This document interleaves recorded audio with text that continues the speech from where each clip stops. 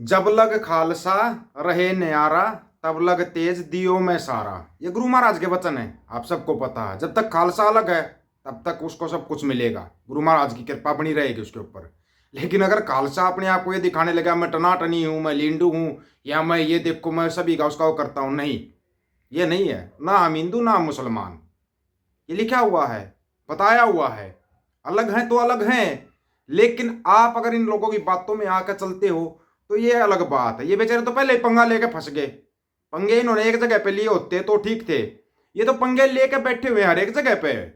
कभी ये आपको पता होगा, 2 साल हो गए, 2 साल हो गए जो अमृतपाल के साथ किया था। देखो जी यहाँ भाग गया, वहां चला गया, वहां चला गया, ये हो गया वो होगा। वो सबको याद होगा तकरीबन, शायद ही कोई आदमी होगा जिसको याद नहीं होगा अमृतपाल सिंह के साथ क्या किया था।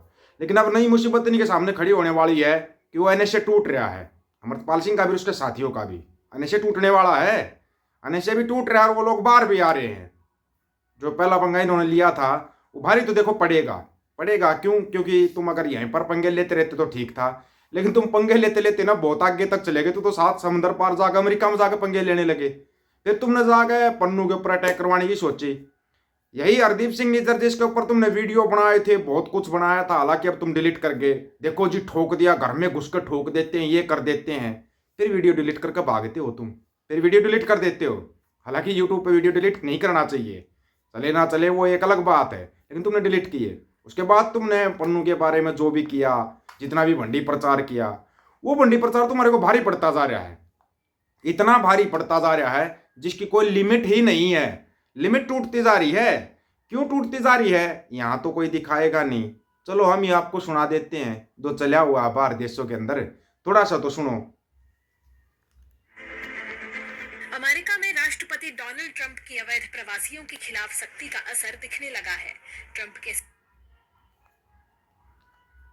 और ये असर है ना, ऐसे नहीं दिख रहा कि भाई ऐसे दिख गया, ना ना ना ना ना ना ना, अमेरिका में ठीक है ना। राष्ट्रपति डोनाल्ड ट्रंप की अवैध प्रवासियों के खिलाफ सख्ती का असर दिखने लगा है।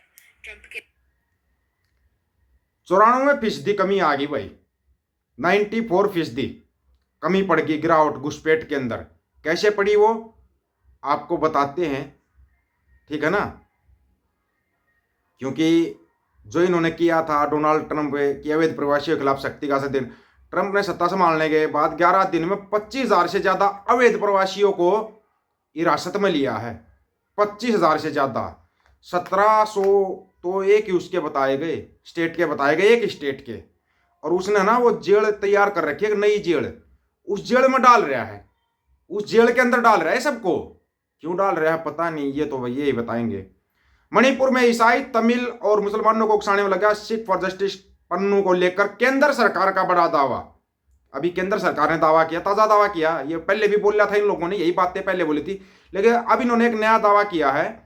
खालिस्तानी आतंकी, कभी इसको अमेरिकी आतंकी बोल देते हैं, कभी खालिस्तानी आतंकी। भाई अमेरिकी नागरिक है ये भी देखा करो। संगठन सिख फॉर जस्टिस पर 5 साल के बैन को दिल्ली हाईकोर्ट के ट्रिब्यूनल ने मंजूरी दे दी। इस संगठन पर गृह मंत्रालय ने बैन लगाया है। कोई बात नहीं, गृह मंत्रालय भी वहां पे जाएगा, जवाब देगा। इसको ट्रिब्यूनल ने एकदम सही माना है। सुरक्षा एजेंसियों ने अपने नोट में बताया है कि एसएफजे मणिपुर में ईसाइयों, मुसलमानों और तमिलों को उकसाने में लगा है, अलगाववाद को बढ़ावा दे रहा है। एजेंसियों की तरफ से तैयार ये नोट केंद्रीय गृह मंत्रालय की तरफ से बुधवार को जारी 290 पेज के एक ट्रिब्यूनल आदेश का हिस्सा था। 290 पेज की इन लोगों ने रिपोर्ट बनाई, किसके ऊपर? पन्नू के ऊपर। और बजट में क्या बनाया? झुंझुना। बजट में बनाया झुंझुना, वो झुंझुना दे दिया इनको, अब ये बजाते रहेंगे, झुंझुना बजट में बना दिया। इस नोट में कहा गया प्रतिबंधित संगठन सिख फॉर जस्टिस ने आतंकवादी गतिविधियों की भी प्लानिंग की थी।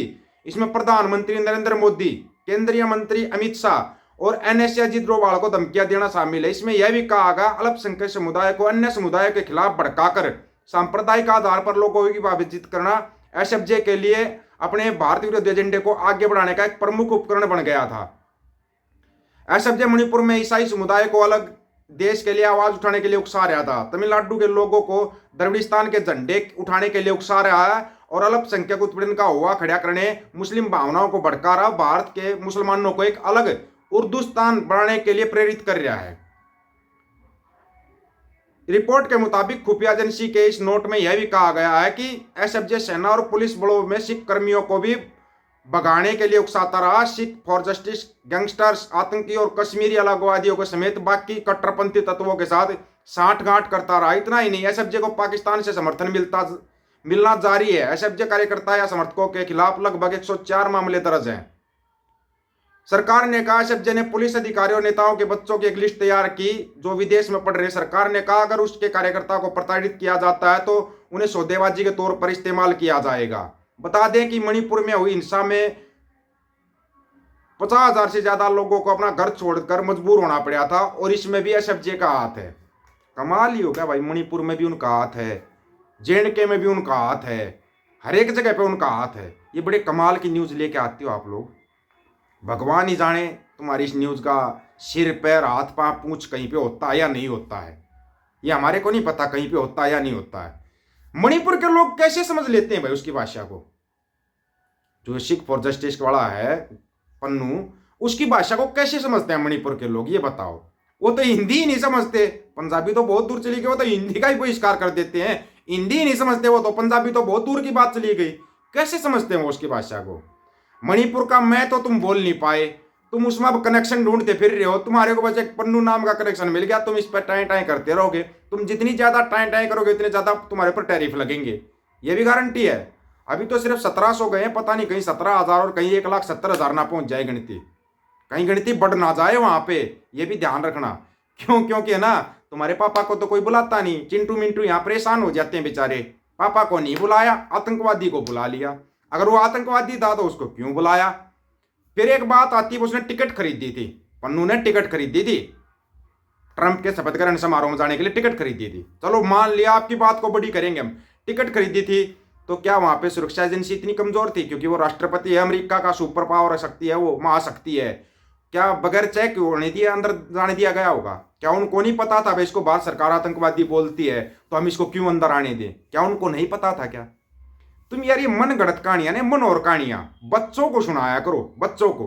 ये मंडिया और इसके दलाल बेचारे मन और कहानियां सुनानी शुरू कर देते हैं। ये है फलाना टिमकन, देखो पापा के पास फोन आ गया, अभी पापा फरवरी में जाएंगे। वो व्हाइट हाउस के विदेश मंत्रालय ने बोला कोई फोन नहीं, हमने इसलिए फोन किया था, पहले तो हमारे हथियार खरीद, उसके बाद हम टैरिफ भी लगाएंगे। तुम और करो डीडोलराइजेशन, तुम्हारा हम करवा के दिखाएंगे डीडोलराइजेशन। अभी इनको समझ में नहीं आ रहा, कभी ये बेचारे रूस के पास जाते, कभी अमेरिका के पास, कभी चीन के पास, और पंगा तीनों से ले लिया। सबसे बड़ी समस्या ये पंगा तीनों से ले लिया। विदेश नीति फैल, और नहीं विदेश नीति फैल तो नहीं कह सकते हम, विदेश नीति तो बहुत अच्छी है, क्योंकि घंटा तो बज रहा है और डंका बज रहा है। घंटा तो कोई दूसरे बना रहे हैं लेकिन डंका तो बज रहा है ना। ये डंका बज किस टाइप का रहा हमारे को कोई बताएगा? अब अमृतपाल और ऊपर से बाहर आ गया, फिर वो संसद में बैठेगा, सवाल जवाब होंगे, तब वैसे ही टाइम टाइम फिश हो जाएगी सभी की। लग रहा हमारे को तो, आपको पता नहीं क्या लग रहा क्या नहीं लग रहा। लेकिन चिंटू मिंटू, तुम्हारे लिए गोबर की मात्रा बढ़ा दी जाएगी, मूत्र की मात्रा बढ़ा दी जाएगी, तुम खुश रहना, खुश रहना तुम मेरे प्यारे प्यारे चिंटू मिंटू। ये चिंटू बेचारे खुश रहते हैं इन चीजों के अंदर, बड़े बेचारे क्या करें, हैं ये इस लायक ही है। आप लोगों की क्या राय है इसके बारे में? आप अपनी राय रखना, आपकी राय का इंतजार रहेगा, क्योंकि आपकी राय बहुत महत्वपूर्ण है। सभी साथियों को राम राम, नमस्कार, आदाब, सत श्री अकाल। वीडियो को ज्यादा से ज्यादा शेयर, चैनल को सब्सक्राइब और बेल आइकन को जरूर दबाना दोस्तों। ऑफिशियल दीपक फौजी यूट्यूब चैनल, बात हक और सच की करेंगे, हक सच की बात हम करेंगे। वीडियो को शेयर करने की जिम्मेवारी आप लोगों की। गज के आखो, वाहेगुरु जी का खालसा, वाहेगुरु जी की फतेह।